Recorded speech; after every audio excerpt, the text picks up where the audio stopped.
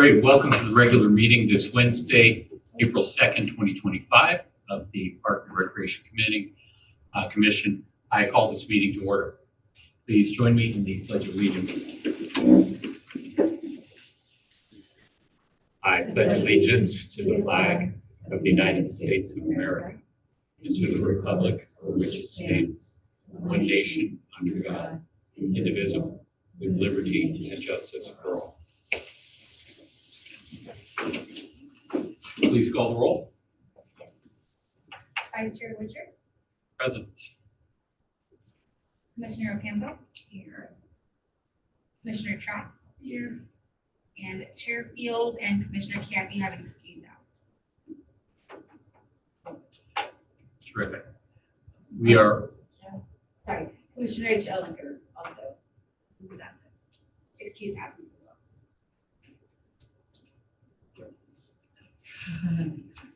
We are holding meetings in person. If you're interested in speaking during public comment, please complete a request to speak form and submit to the recording secretary. Move to the consent calendar, the approval of regular meeting minutes for March 5, 2025. Would anyone like to move that we accept those minutes? Move that we accept the minutes. And a second. Alrighty. Vice Chair Witcher. Aye. Commissioner Ocampo. Aye. And Commissioner Trott. Aye. 3-0. Motion carries. Next on the agenda is public comment. Members of the public wishing to comment on any item not appearing on the agenda may address the commission at this time. State law prevents us from taking action on any matter that is not on the agenda. Your comments may be referred to staff for follow-up. Public comment is limited to a total of 15 minutes. However, an opportunity for additional public comment may be provided later in the agenda. Are there any requests for public comment? We have not received that. Great, then let us move on. The next item on the agenda is the 2025 Summer Recreation Camps, Programs, and Events Preview. This is information. Zach, take it away. Good evening, Vice Chair, Commissioners. I'm Zachary Silva, Community Services Manager for the Parks and Recreation Department. As mentioned, this is an informational item on our Summer Camp 2025 and Aquatic Preview programs.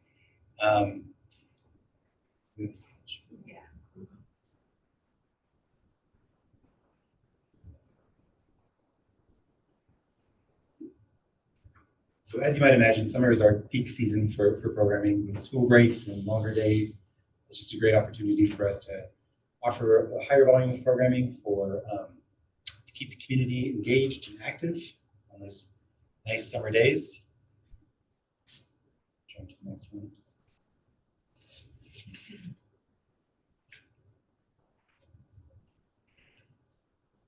So in front of you, so with summer and the amount of programs we do, we have two activities guides. The one in front of you is our Summer Camps and Aquatics Guide. It says all of our camps and aquatic programs. It was released on February 5th to the public. Registration began on March 11th for residents and March 13th for non-residents. And so we also have another activity guide for just our regular programs. So that will be available next week on April 9th. Registration for residents opens on Tuesday, May 6th.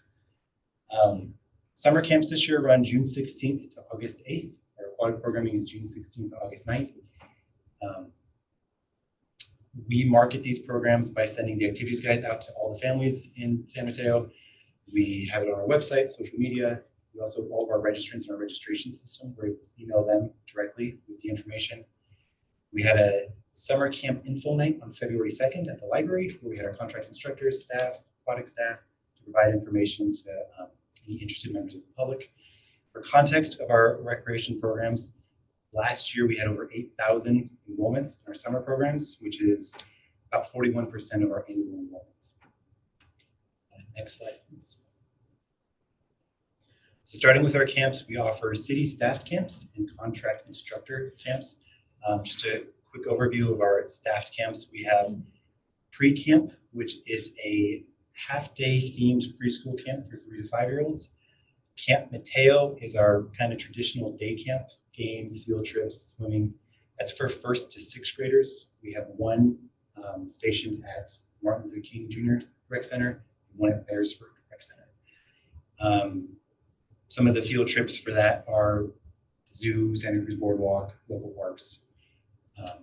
And for our extreme summer days, that is more of a teen camp for 6th through 9th graders. And they meet at the Martin Luther King Jr. Center, and they go on daily field trips. Places like Great America, whale watching, Topgolf. And then on the right, you'll see some of our contract instructor camps. Those are more specialized. So you'll see things like coding, filmmaking, chess camp. Overall, we have over 200 camps offered this summer for the community. All of these programs have a fee associated with them. Those cover things like materials, field trips, staffing. But we do also offer a recreation fee assistance program, which for qualified participants is up to 60%. Next slide, please. So we operate an aquatic facility seasonally, so we'll open that for the summer. Our focus on that is water safety, learning to swim, and then also fun rec swim parties available for the public. Our swim lessons are based on the American Red Cross Learn to Swim model. We have lessons available for 6 months all the way up to adults. We're offering over 450 swim lessons this year. We will have lap swim available at both pools, as well as offering a pre-swim team, which will be kind of a step above swim lessons for those who are wanting to work a little bit more on technique, endurance, kind of that athletic swim model. And also bringing back pool parties. So an opportunity for the community to rent the facility, rent an area in the facility during rec swim, and have a party, host an event. Next slide, please. Here is our swim schedule, which you'll see in the activities guides as well. Staff works diligently to kind of maximize the use of the pools. Again, it's open seasonally, so we have 450 swim lessons to squeeze in, as well as making it available for rec swim and lap swim as well. So again, open June 16th to August 9th. You'll see the daily drop-ins for rec swims and the lap swim days and hours on that schedule, which is publicized out in the activities guide and website. Next slide, please. So in addition to camps and aquatics for the season, we still offer our regular programming. So picnic rentals, facility rentals are running simultaneously. We'll have over 290 classes, programs, in addition to the camps and aquatics going on this summer. You'll see some of them highlighted there: youth and adult tennis, adult low intensity mobility classes, tech tutoring, creative dance, painting, just to name a few. During the summer season, historically, these programs, in addition to camps and aquatics, have brought in about 35% of our annual department growth. Next slide, please. So getting out to the park during the summer, important. One of the ways we kind of foster that and encourage that and help folks get out to the park are some of our events. So our popular Central Park music series and our 4th of July in the Park are two of our main staples of the summer. Central Park Music Series this year will run June 26th through August 14th, 6 to 8 p.m. There is no concert on July 3rd. This year, the series will be held on Fitzgerald Field, just due to the Central Park renovation being underway. San Mateo businesses and the Parks and Rec Foundation are involved to help with food and beverage, and we will release the lineups for each of those in May. 4th of July in the Park is on July 4th. It's 11 to 2. It has family-friendly activities, national anthem, and it's a summer concert as well. Last year, for all of these summer events, we had over 12,000 attendance total. Next slide, please. So in a similar theme of that, we have our mobile rec, which is to provide opportunities of recreation in some of the parts of the city that have limited access to facilities and really expand that footprint of where we can offer programs in the community. As things you can see in the picture, some games, crafts, a couple highlights of some things that have been going on this spring. We did a basketball workshop in conjunction with March Madness going on, and some spring programs themed crafts and games this week as well. It's free to the community. It's funded by Measure S, and we will have our summer lineup on our website, cityofsanmateo.org, and there's a mobile rec page on there. We'll have all the summer lineup on there. This for everything coming up in June. Next slide, please. So you may be thinking, how do we offer all these programs? The big part of that is our part-time staff. So we start ramping up our team, building a team, training a seasonal team, starting now through summer. Some of these team members work all year, pivot to summer programs. Some return summer after going on to other endeavors, school, other jobs. But each year we do have to recruit and hire new staff. We'll do a week-long in-service training before camps and aquatics start. And these are just great opportunities for the community, for employment, looking for supplemental income, for first-time jobs. Recreation jobs provide a lot of value just for first jobs or something, leadership opportunities, customer service, time management. A lot of good job skills come from these positions. You'll see a few of them, the titles and kind of the pay offered up there. We go to job fairs, local schools, College of San Mateo, post on our website, social media. We have these advertisements through all of our city facilities. But really the best way for recruiting is word of mouth, right? The folks who come back every year had a great experience, tell their friends, tell their neighbors, and a lot of folks. Next slide, please. It takes about, here's kind of just a snapshot of that, about 100 part-time staff to run all those programs throughout the summer. So that's the training, managing, the scheduling, a lot of supervision and training, and really just overall management of programs and employees goes into the summer. Next slide, please. Then in addition to employment, we also supplement our kind of community building and staff with volunteer opportunities for teens. So we have our Leaders in Training program, which is for 9th to 11th graders. This is hands-on experiencing, really learning the role of a rec staff in some of our camp programs. And we also have the Junior Swim Instructor program, which helps our staff run some of the swim lessons, so coming up with the games, the songs, keeping the participants engaged while they're in the water. And then in addition to on-the-job training, these participants will get some help, completing job applications and learning some interview skills. So really preparing them for that next step of applying for jobs the next year or elsewhere. Next slide, please. In all that excitement, we also recognize July as National Parks and Recreation Month. This is something put on by the NRPA, which is the National Recreation Park Association. This is their 40th year of doing the National NRPA month. Yeah. I don't know why I'm mixing up those acronyms now. But really it's just an opportunity to join with rec departments across the country and just recognize the power of parks and recreation communities to build strong, resilient communities. That concludes my presentation, and I'll pass it back to the commission.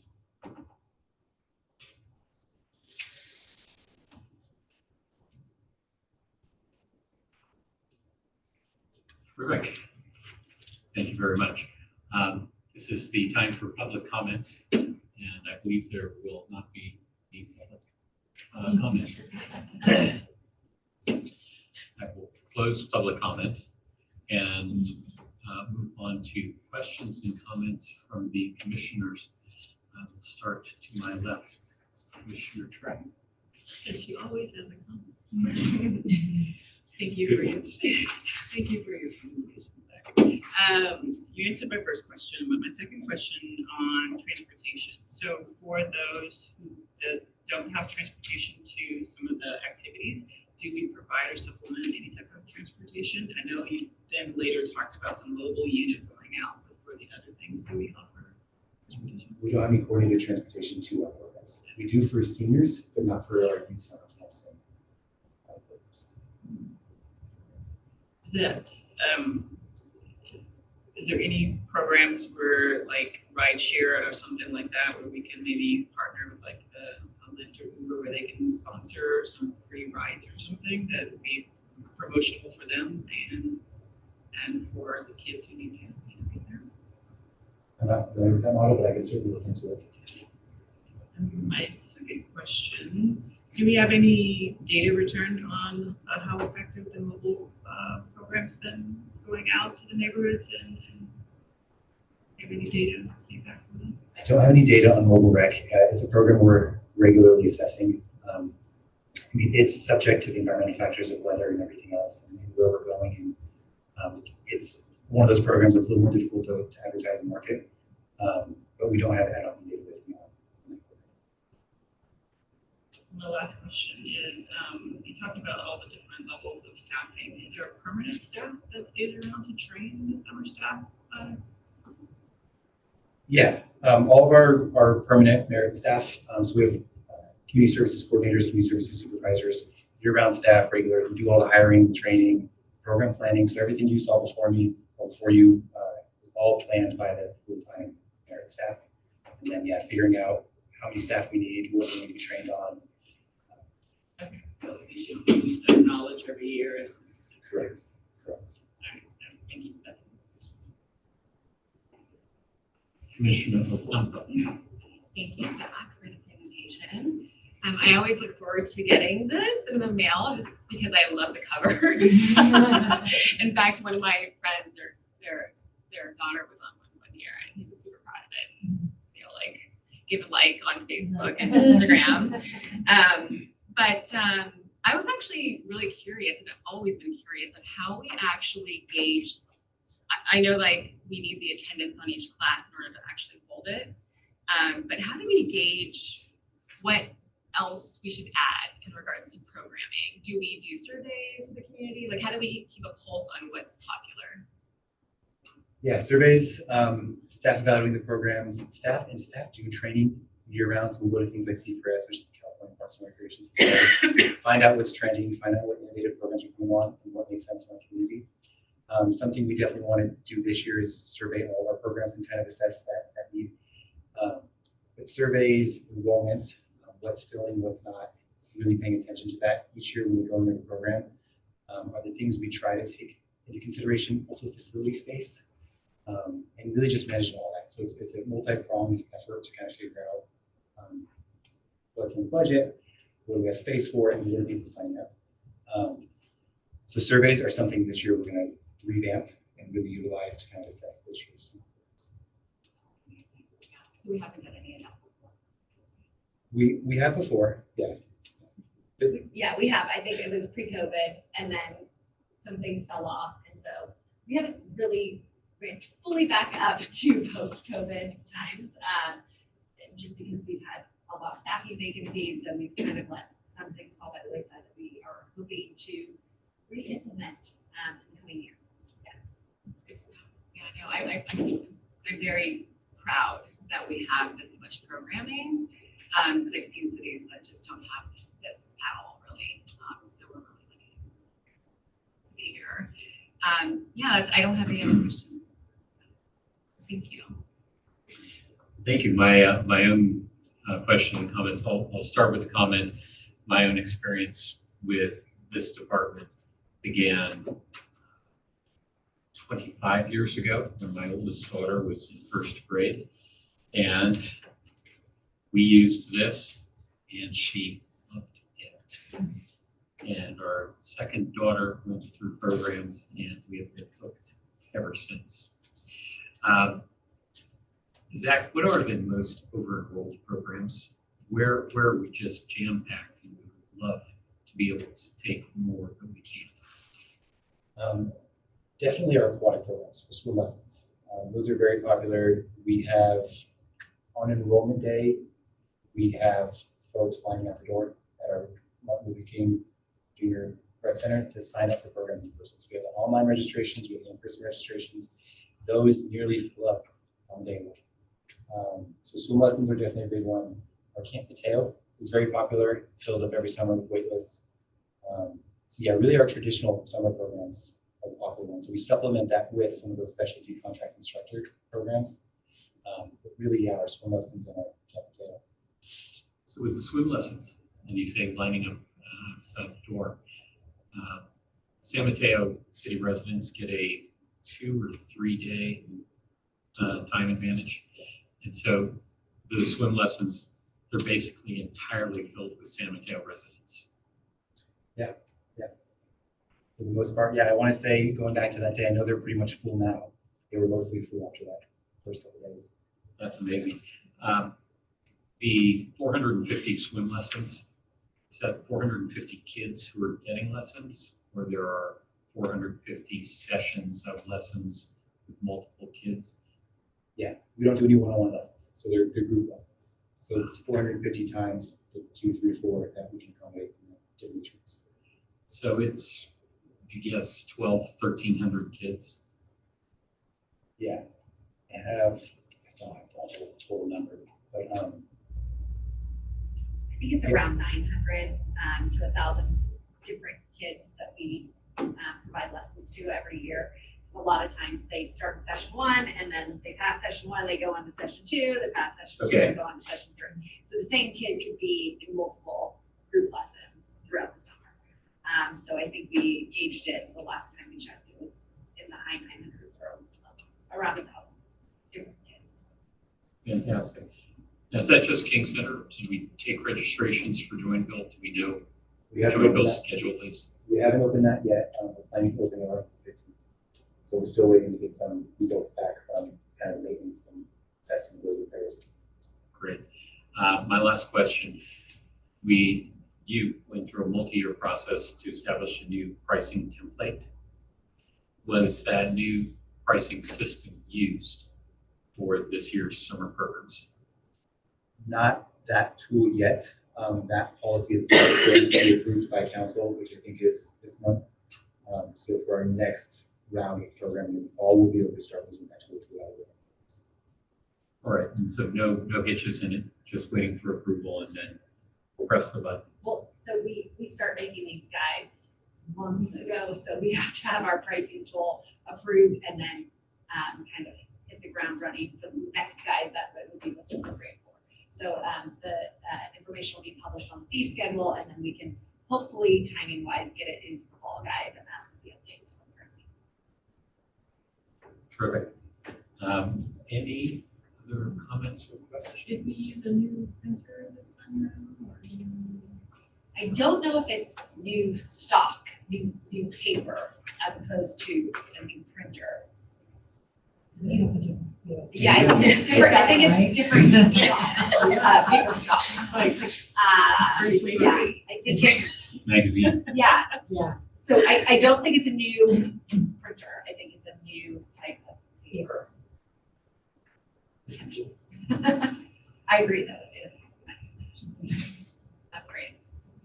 This, everything together is something really proud of. It is very cool. Great. Move on to reports and announcements. Are there any reports or announcements? Just one major announcement that I would like to make about the Central Park groundbreaking, which hopefully you all received your save the date email for. On April 24th at 4:30 in the afternoon at Central Park, we will be having the groundbreaking ceremony. And we'll have activities and games and things for kids to come out and do after we do our groundbreaking. So we're hopeful that all of you can attend. And then just another plug for our Lights and Sirens event happening next Friday on April 11th for our PAL Foundation Police Activities League. And then extravaganza on April 19th. So just reminders, I know I mentioned them all last meeting, but just reminders that those are happening this month. You guys can join us. Fantastic. Yes. Right, if there's nothing else, then This meeting is adjourned.